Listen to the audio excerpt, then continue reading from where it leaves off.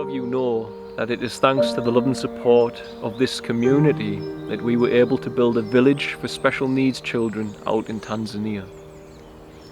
That village now provides a safe and loving home to nearly 200 children that were living in crisis. Most of these children are special needs, but a lot of these children were homeless, and the majority have no parents or guardians in this world other than the family that this community has allowed us to create.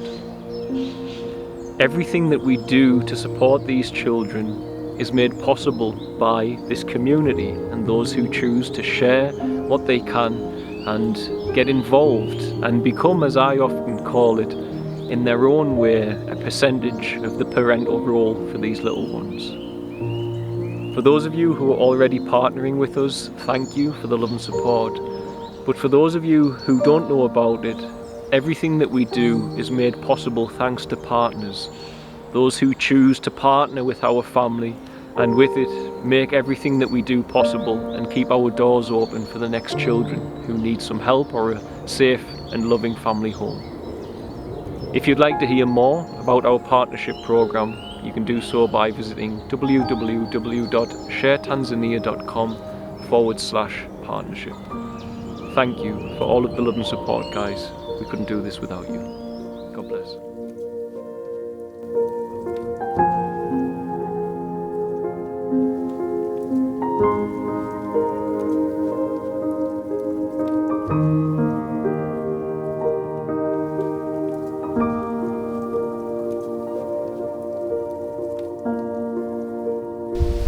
For the majority of humanity, if I were to share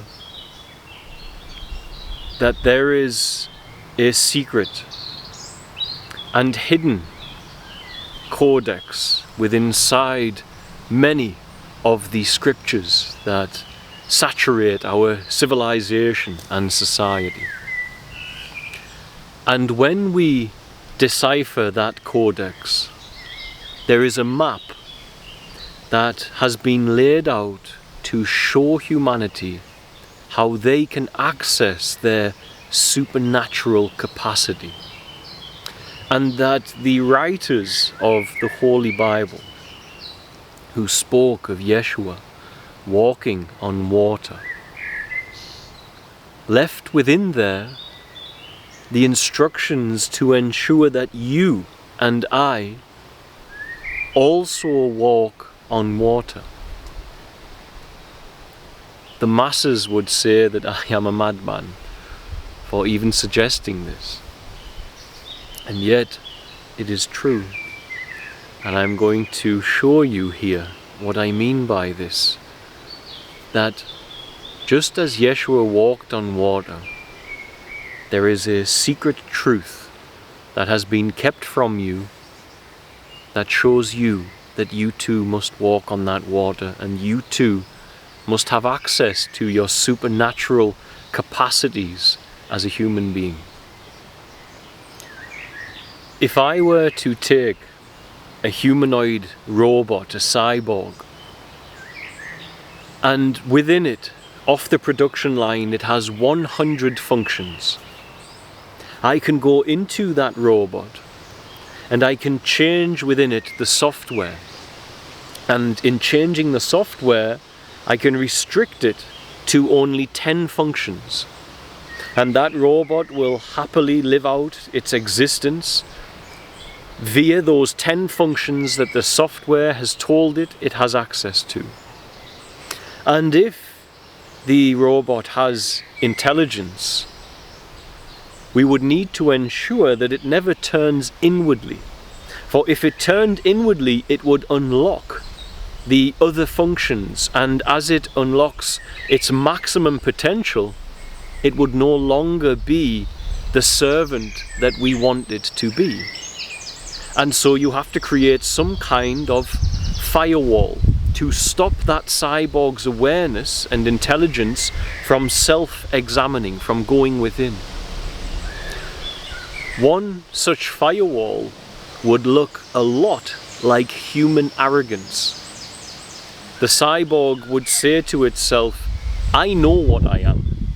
why would I even bother looking within, where it has all of these wonderful functions that it has not accessed, has not been taught to open, and it never will if that firewall of its own arrogance leaves it in the continuation of living in the restricted toolbox, the restricted functionality. It is likewise with humanity's situation. Our fallen nature is a tampering of the human organism. That tampering has us in a restricted box. We are so deeply self-conscious due to the tampering. We often live in a box of worry what others will think of us, which has ultimately very little to no impact on your life. We live in a tiny box, therefore in agreement with the masses, if we have that present. We live in this restricted box of functionality. And in that self-consciousness, we generate an image of what we are as an individual. And that image relies on its position as the one sitting in the throne of life, animating the intelligence with analysis and memory. If you take a religious scholar, therefore, who has not gone inward and done the inner work, you will find a man with or a woman with 20, 30 years experience as a religious scholar. They have accolades. They have people who have thanked them for their work, and for all I have profound respect and love for many scholars and theologians of our time. Without the inner work, if somebody comes along and presents something and says, your 30 years of study have missed something, you have taken events that are purely historical in your mind, and yet they never were. Many of them are codes to show you how to decipher the slave self, the fallen self, and set free these limited functions that we have access to but are not accessing. Inside of them, as they have used this image to provide for their family, for their survival needs, they have used this image and had respect for it and created a whole life off the back of it. That image is strong and it's rigid. And such people, when told that they have made an error in their interpretation of something, will struggle, if there is no inner work, to overcome that firewall of arrogance that immediately wants to defend its existence and its ability more than the truth. And this is where we are in our species. Religion is taking the masses who are yearning for a relationship with God, and very often it is creating human beings that worship an external God. There's nothing wrong with worship, but Yeshua was a Jew. As a religious self, he was a Jew. But Yeshua also, in his mother tongue, in Aramaic, called himself and his disciples followers of the way. That way is spiritual. And in a spiritual approach to Creator, mankind unifies with God. They do not worship an external. They unify inwardly, and this is what Yeshua taught. Even if the church has built itself differently, it is what Yeshua taught. The kingdom is within. Woe unto the lawgivers, for they take away the keys to the kingdom, for they do not enter within. Within is our ability to open the functions like the cyborg. And our firewall, when we have a religious identity, is arrogance that tells us, I know, I was taught by my father, by my grandfather, and by a theologian. How do you know any better? And so the truth and the exploration of truth is hindered by the lack of inner awareness. Yeshua walked on water, and I've made a bold statement that you must also. When you hear what I have to say, have awareness of any structure inside you that wants to push back and rebel against a new frame for truth. It is time for a new Christianity. it is time for a new church. For men who unite with Creator, who have union with Creator, they respond to life and the troubles of life in a completely different way than those who worship an external Creator. And that different way is one of compassion. It is not a forced compassion. It's not the awareness it should be compassionate. It's not the thought or the idea that it should be. It is the operating system that allows for compassion, for it is felt and known in the cells of the man or the woman who has found it. If you do not find that inner operating system change, you continue with the knowledge of good and evil operating system, and you can build religious imagery and identities within there aplenty. Your compassionate right action will fail you. For mind is the master, and the mind, the self, is not capable of that love that the freedom of that allows. In the story, if you do not know, I think most know Yeshua walked on water. Jesus walked on water. The story begins, and Yeshua with the disciples is at the shore, and he has sent the multitudes away. He then tells the disciples, board this ship and cross the lake. And as they do, for he says he'll meet them at the other side, unfavourable winds start to stir up the lake, and a storm rolls in. And the disciples are panicking, and they're trying to row against these waves and this storm, but they are not getting anywhere. They are using all of their physical might, but they're not getting anywhere. And then, all of a sudden, within the fourth watch, it says, they see Christ walking on the water towards them. And the storm begins to calm. The waves stop crashing against the boat. One disciple steps out and says to Christ, I can walk on water if you can, for I have such faith. And standing on the water with Christ, that disciple begins to look down. And as they look down, they start sinking, for their faith is shaky and they are falling through the lake. Now, as I've shared that story, your mind will be generating images of an historical event that is wondrous and fantastic and miraculous. But the scripture is a mystic text, and for this human organism and the awareness that is animating its speech, sitting here talking, consciousness changed in this vessel as far as the recall of memory can see after engaging in prolonged water fasts.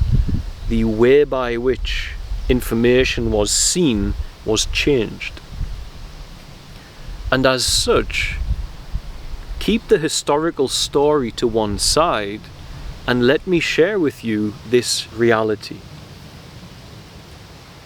The ancients were mystics. They lived inwardly.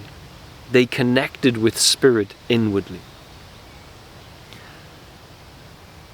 When you understand that they left codexes for states of consciousness, brainwave frequencies, alterations in the frequency of your brain, and you understand that they left a coded language that we as a species that are hacked by the fallen, we have within us elements of the fallen angels, this fallen species that created a humanoid fallen slave that we have been.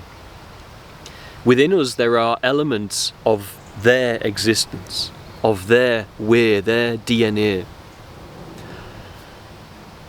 The scribes of old understood that the fallen ones do not see things mystically, and so information needed to be hid to allow mankind to have those who are seers, those who find the information present, and alert their fellow man that within inside our scripture is a way to climb out of our restricted bandwidth of functionality, out of our fallen slave state. Christianity's done a phenomenal job at spreading the Bible all around the world, but not a great job at interpreting it. There are layers beyond historical that we need today. We need it. And this is what is absent. This is why it's failing humanity. It's why we're still ridden with war after thousands of years and a lack of sharing and compassion. Because the Christ is not animating fully in his children. So let's look at it this way. That this story is about you here now and how you unlock your supernatural capacity. Christ sends the multitudes away, the masses, the mainstream people who are happy to come home and watch their Netflix and watch their movies and their sports and go to the bar and not pray and not fast and not meditate and not seek that narrow way where we awaken the power of Christ in our life. Those are the multitudes, and they are not bad people, but they are sent away as they are not ready yet. They are not quite in the space where they are ready to be a disciple. And a disciple is one who is opposite to the multitude. Those who are willing to embrace the life of prayer, inner work, inner awareness, meditation, fasting, and the wholehearted surrender to a life with Creator, with Christ. So Yeshua sends the masses, the multitudes away, and asks the disciples to get inside a ship. The ship is your spiritual vessel. It is the strength in that fallen world and pursuit of a higher world journey that you are embarking on. The lake represents human consciousness. So they are crossing human consciousness through their spiritual vessel, which is built in meditation. And now the unfavorable winds start to tear up this lake. The unfavorable winds are things like the mainstream media, the government, the education that you've had, the family conflicts, the survival needs, all of the stresses and strains of life that wish to stimulate your consciousness, your thoughts, and your emotional nature into chaos, into waves that are battering your ship, your spiritual vessel, which wishes to cross the consciousness of the fallen state. All of these different winds, they're constantly hitting our lives every day. The need to pay our bills, the threat of war, the fear, and all of those waves coming up are the emotional nature of man and the fear-based nature of man being generated from human thought or from human consciousness as thought and emotion by the stresses and strains of the fallen world. Then the disciples on the fourth watch, these things matter, see Christ on the water. The fourth watch is the fourfold nature of man: spiritual, intellectual, physical, and emotional. The fourfold nature of who you are. And in the fourth watch, or the watching of the fourfold nature, you are becoming aware, as I often say, of your emotional responses, of your thoughts, of your physical impulses. You are becoming aware of the workings of the organism in which you, as a soul of loving awareness, fragmented loving awareness, are embodying. And as you become aware of that fourfold nature, as you become aware of your impulse towards temptations of the flesh, for example, or you are aware of the emotions that are unruly and unfavorable coming forward, or you are aware even of the thoughts and memories that are claiming ownership of the vessel and saying, I am an Englishman called John, etc. If you are aware that you are an Englishman called John, in the instance of this human organism and the awareness within it, clearly the one that is aware is the real truth of what you are, for how can it be aware of a name and a nationality if that is what it is?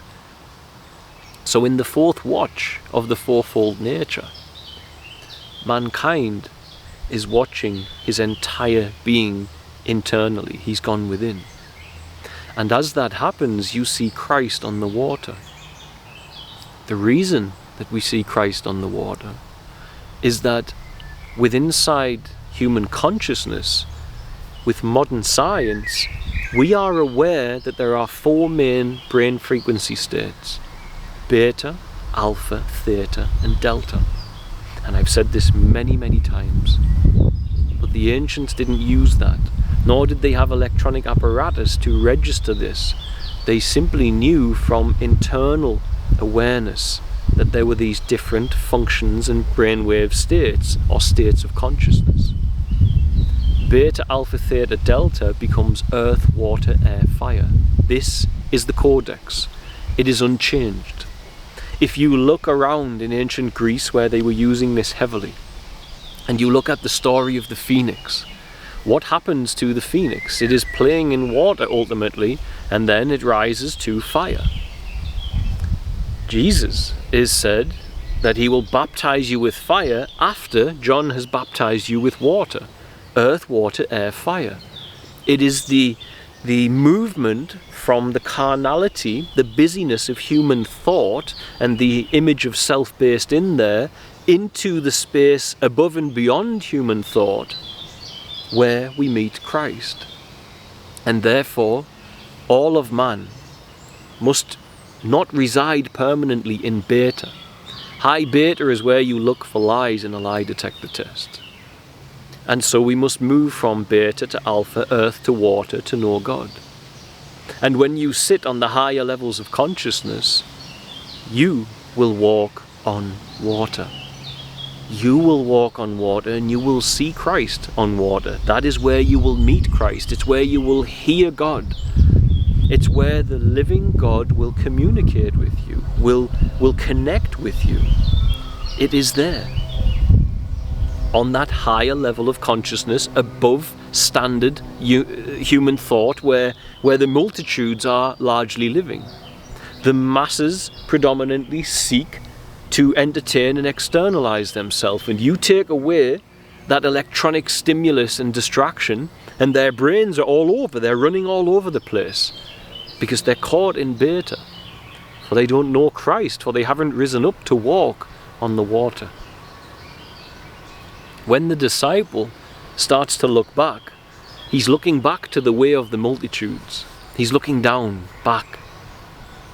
It's saying, if you turn back on your meditation, on your fasting, on your prayer, and you try to go back to that birth certificate toolbox that we've all been given, you will sink through the levels of consciousness away from the presence of Christ, who is there to hold you, to guide you, to nourish you, and back to the earth level, where you will separate from Creator again and become fodder for the fallen ones in their fallen energy extraction matrix.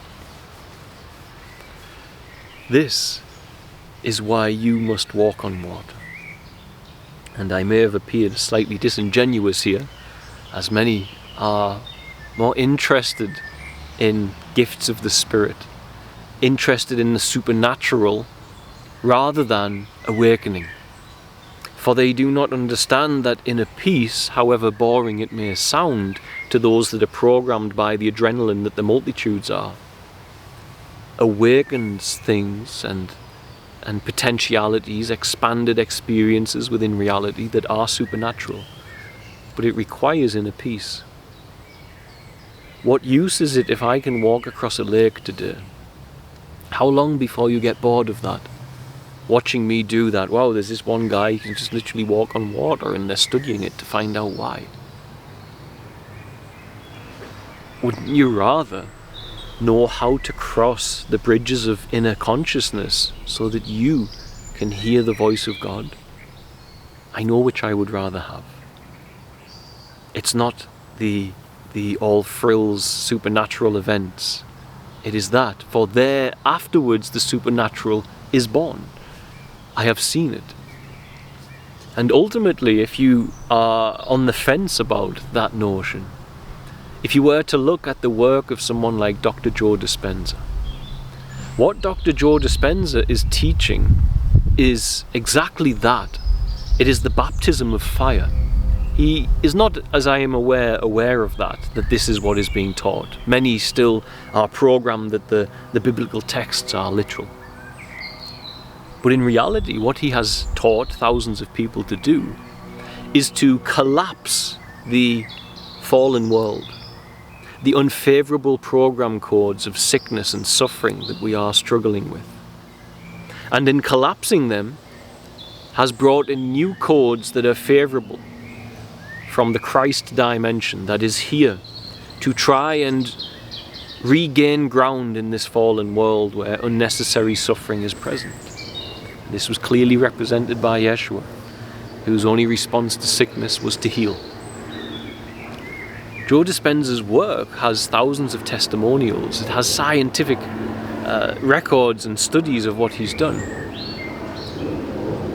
He is bringing people through a methodology to walk on water. And when they do, supernatural events such as healing and manifestations are occurring. Now, if you simply go to his YouTube and listen to the thousands of testimonials, your logic centers will tell you this is true. How can thousands and thousands of people be wrong? And therefore, this codex of walking on water in this instance is there for mankind to be set free from this restricted functionality like the cyborg, like the robot, and into all of its functions, which are, it would appear, as I have witnessed it, things such as healing. In my life, the predominant function that has animated me the last years is deliverance work, clearing these interdimensional species that are feeding on people. That ability is not done by the will of an image of self. It is done through the organism as an opening when there is no image. It is a space of absolute emptiness and at the same time absolute unity with all things. If you can perceive the whole of the universe from a zoomed out state without any thought, you would recognize this is one unified field of creation. It is said that God guides the humble. And what is humility?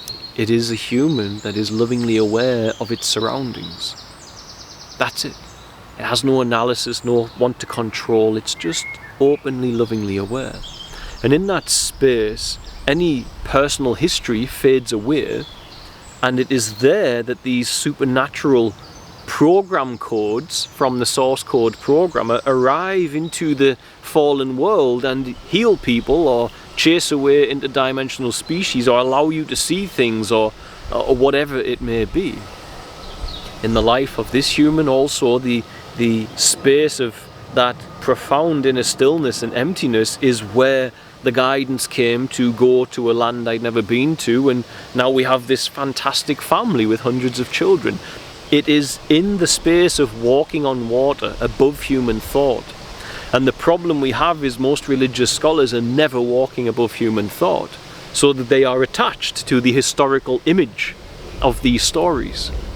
And so when someone like myself, who is at the very best an amateur, a supremely amateur theologian, I can say, comes along with this information and instinctively, intuitively is aware that this is what was being communicated, that this is what the scriptures were trying to share, and has only arrived at that place after mimicking Yeshua, after fasting 40 days and 40 nights multiple times, etc. The consciousness shifted. People are not willing to hear it. But here and now, if you take any human being in this world and tell them Jesus walked on water, they may find some faith in that, may give them some strength that there actually is a God or whatever they draw from it. But if you take any human being and you follow what I've said, and you say to them, hey, we need to raise you up because this is a fact. The winds of life are going to tear up your consciousness and make you emotional. And your emotional nature is a weakened state for the species that we are. When that emotional nature is out of control, you'll make bad decisions, you'll hurt yourself, you'll sin, you'll pursue to find comfort in pleasures of the world. And therefore you must go inward. You must go inward, for if you roar with the physical body, you're not going to get anywhere. If you fight that nature with your physical, with your mind as the master, you will not get anywhere. But if we can bring you above the mind, above the earth level of consciousness, up to the water level, by watching your fourfold nature, by watching your five senses, by watching your intellect, by being aware of your emotions, being aware of your mind and of your body. If you are aware of all of its functionality, you will create distance between the impulses and their ability to animate your intelligence. And if you do that, the distance will grow and you will rise above and beyond the regular carnal state of human thought. And when you do, you will find this pool of immense stillness. And when you reach there, you will walk on water and you will meet Christ. This is universally true for every human. And this is the value that has been lost by taking scripture purely literal. And this is why it's time. It is time for the truth. Some of us are here for this. And it's a huge journey because you have millions or billions of firewalls that you need to somehow politely bring down and bring their awareness forward so they can return. And this does not harm the literal Yeshua. I take nothing away from him. I only add another layer of truth that tomorrow when you are stressed with your family, with your debts, with your illness, that you can become aware and say, this illness is a wind. This family feud is a wind stirring up my emotional nature and my thoughts. And those thoughts are waves that are battering my ship. And what I need to do is rise beyond those thoughts, rise beyond them. And how do I do it? I must become aware of all that I am, aware of my body and aware of my mind and my emotions. Just to be aware, not to try and stop them, just be aware of them coming and going, and there the distance appears. And there Christ will meet me and guide me out of my turmoil.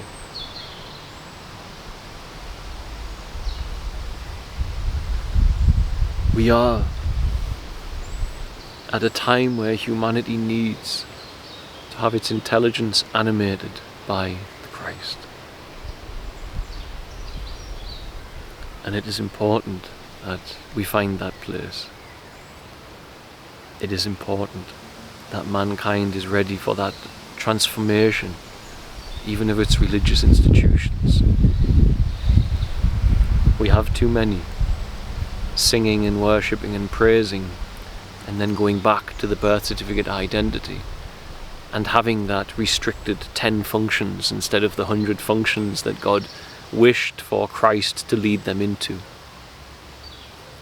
If you don't believe me, believe Yeshua.